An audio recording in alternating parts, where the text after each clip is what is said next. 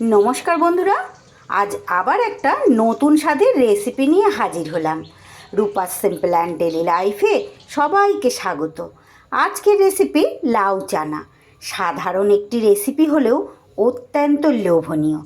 যে কোনো দিনই এটা খুব সহজে তৈরি করে নিতে পারবেন, যেহেতু এই রেসিপি সম্পূর্ণ নিরামিষ। তাহলে চলুন বন্ধুরা, এই হেলদি ও টেস্টি রেসিপিটা কিভাবে তৈরি করলাম দেখে নেওয়া যাক। একটা লাইক দিয়ে পুরো রেসিপিটা দেখার অনুরোধ রইল সকল বন্ধুদের কাছে। তাহলে চলুন।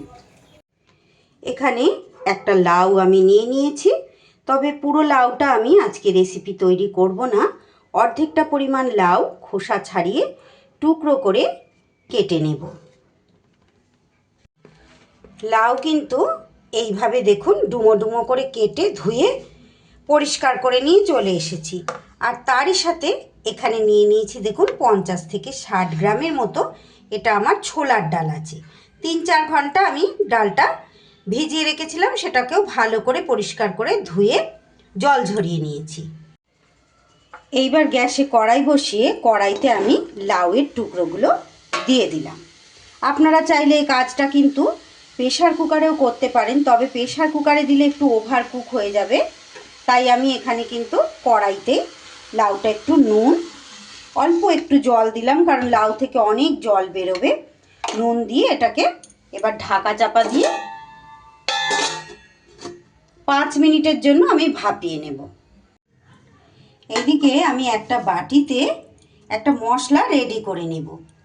বাটির মধ্যে এই যে দেখুন, ছোট বাটির 1 বাটি থেকে একটু কম, ওই 2 থেকে 3 চামচের মতো টক দই আমি নিয়ে নিলাম।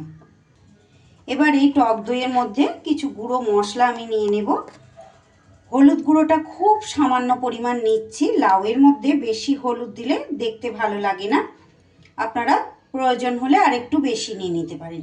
আর একদম হাফ চা চামচ একটু কালারের জন্য কাশ্মীরি লঙ্কার গুঁড়ো নিয়ে নিলাম। তারই সাথে নিয়ে নিচ্ছি 1 চামচ, 1 চা চামচ নিচ্ছি, দেখছেন বন্ধুরা সবই ছোট চামচের নিচ্ছি। নিলাম জিরের গুঁড়ো, আর ওই একই পরিমাণ 1 চা চামচ জিরের গুঁড়ো, ধনের গুঁড়ো আর জিরের গুঁড়ো। দইয়ের সাথে সব মশলাগুলো এইভাবে একসাথে একটু সুন্দর করে ফেটিয়ে নিচ্ছি। এইভাবে মশলাটা ফেটিয়ে নিলে রান্নাটা করতেও যেমন সুবিধা হয়, আর মশলাটা খুব সুন্দর করে কষানোর সময়ও কিন্তু বেশ ভালোভাবে কষানো যায়। দইয়ের সাথে সব কিছু উপকরণ এইভাবে একটু ফেটিয়ে নিয়ে এটাকে সরিয়ে রাখছি। 5 মিনিট লো ফ্লেমে লাউটাকে এইভাবে আমি ভাপিয়ে নিলাম। দেখুন লাউ বেশ সিদ্ধ হয়েছে, কিন্তু গলে গলেও যায়নি। বাকি যেটুকু আছে সিদ্ধ হতে, এটাও কিন্তু আবার পরে রান্না করব, তার সাথে সিদ্ধ হয়ে যাবে। এবার আমি এটা কড়াই থেকে ঢেলে নেব। কড়াইটা পরিষ্কার করে নিয়ে এবার কড়াইয়ের মধ্যে দিয়ে দিচ্ছি আমি রাইস ব্র্যান অয়েল।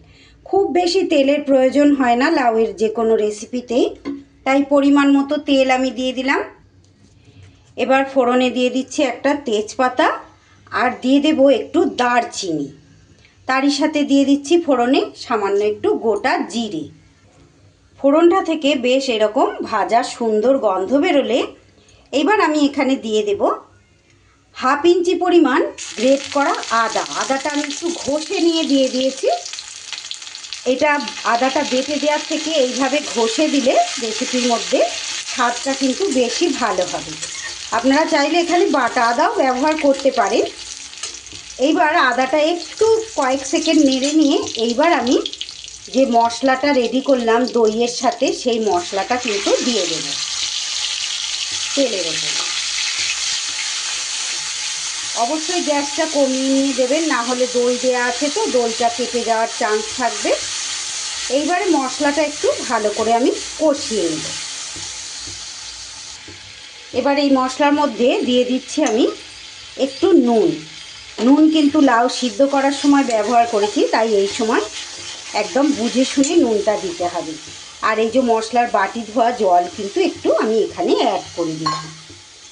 বন্ধুরা, আমার আজকের এই লাউয়ের রেসিপিটা যদি আপনাদের ভালো লাগে, একটা লাইক করতে কিন্তু ভুলবেন না। আর ভিডিও শেষে একটা কমেন্ট রেখে যাবেন, যাতে করে আমি বুঝতে পারি যে সত্যি আপনাদের কতটা ভালো লাগলো। আপনাদের একটা লাইক আর একটা কমেন্ট আমার কিন্তু ভিডিওটা অনেক দূর পর্যন্ত এগিয়ে নিয়ে যায়, আর পরবর্তী যে ভিডিও আমি তৈরি করব তার জন্য আমাকে অনেকটা উৎসাহ যোগায়। যে সকল বন্ধুরা আজকে প্রথম এসেছেন, আমার রেসিপি দেখছেন, যদি ভালো লেগে যায় আমার চ্যানেলটা সাবস্ক্রাইব করে আমার পাশে থেকে যাওয়ার অনুরোধ রইল। আর ফেসবুক পেজ থেকে দেখে থাকলে আমার পেজটা ফলো করে দেওয়ার অনুরোধ রইল। দেখুন মশলা থেকে তেল একদম পুরোপুরি রিলিজ হয়ে গেছে। এইবার আমি এখানে দিয়ে দিচ্ছি সেই চানা ডাল বা ছোলার ডাল।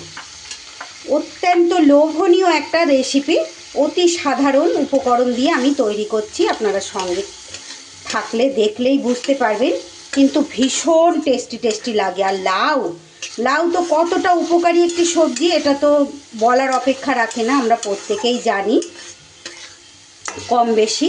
লাউ কিন্তু শরীর ঠান্ডা করে, পেট ঠান্ডা করে। এই গরমের দিনে লাউ খাওয়া খুব ভালো। আমি মশলার মধ্যে এবারে ডালটাকে এইভাবে দিয়ে এবার আমি একটু এটাকে ঢেকে দেব। মশলার সাথে বেশ ডালটা একটু কষাও হবে, তারই সাথে ডালটা কিন্তু সিদ্ধও হবে।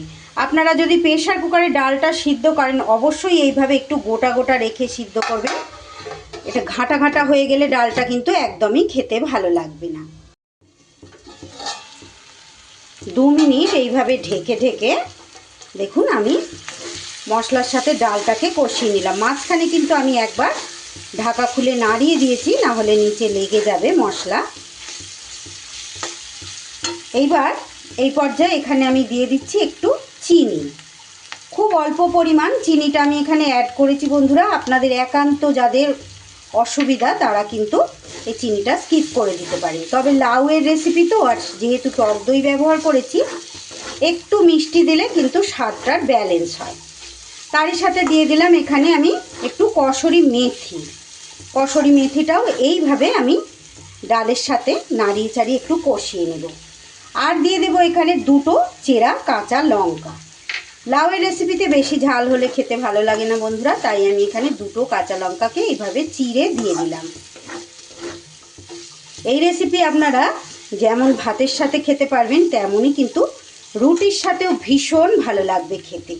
এইবার এখানে সিদ্ধ করা লাউ আমি অ্যাড করে দিলাম, দিয়ে এইবারে চানার সাথে খুব ভালো করে মিশিয়ে নেব।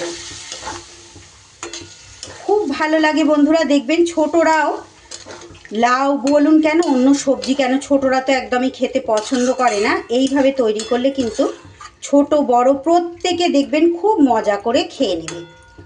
অত্যন্ত লোভনীয় হয়, একদিন বানিয়ে দেখবেন, তাহলেই আপনারা বুঝতে পারবেন। এবার আবারও আমি লাউটা দেওয়ার পর ঢেকে আরও 5 মিনিট রান্নাটা কিন্তু করে নেব। এখানে প্রয়োজন হলে একটু জল আপনারা অ্যাড করতে পারেন। এইভাবে দেখুন ঢাকা চাপা দিয়ে 5 মিনিট আমি রান্নাটা করে নিলাম। এইবার দেখে নিতে হবে ডালটা আমার সিদ্ধ হয়েছে কিনা। লাউ তো আমার সিদ্ধ করাই আছে আগে থেকে, ডালটা একটু দেখে নিচ্ছি। দেখুন ডালও কিন্তু সুন্দর করে সিদ্ধ হয়ে গেছে। আর এই রকম মাখাই কিন্তু রেসিপিটা হবে। বন্ধুরা রেসিপিটা যদি ভালো লাগে একটা লাইক কমেন্ট শেয়ার ও নতুন বন্ধুরা সাবস্ক্রাইব করতে কিন্তু ভুলবেন না। পাশে থাকা বেল আইকনটা অল করে রাখবেন, যাতে যে কোনো রকম নতুন ভিডিও আপলোড করলে সবার আগে আপনাদের কাছে নোটিফিকেশান পৌঁছে যায়। আর আপনারা সেটা সময় সুযোগ মতো দেখে নিতে পারেন। আমার চ্যানেলে নতুন বন্ধু পুরনো বন্ধু সব বন্ধুদের জন্য অনেক অনেক ভালোবাসা, অনেক শুভকামনা। এতক্ষণ পর্যন্ত ধৈর্য ধরে যে সকল বন্ধুরা আমার রেসিপি দেখছেন তাদেরকে জানাই অসংখ্য ধন্যবাদ।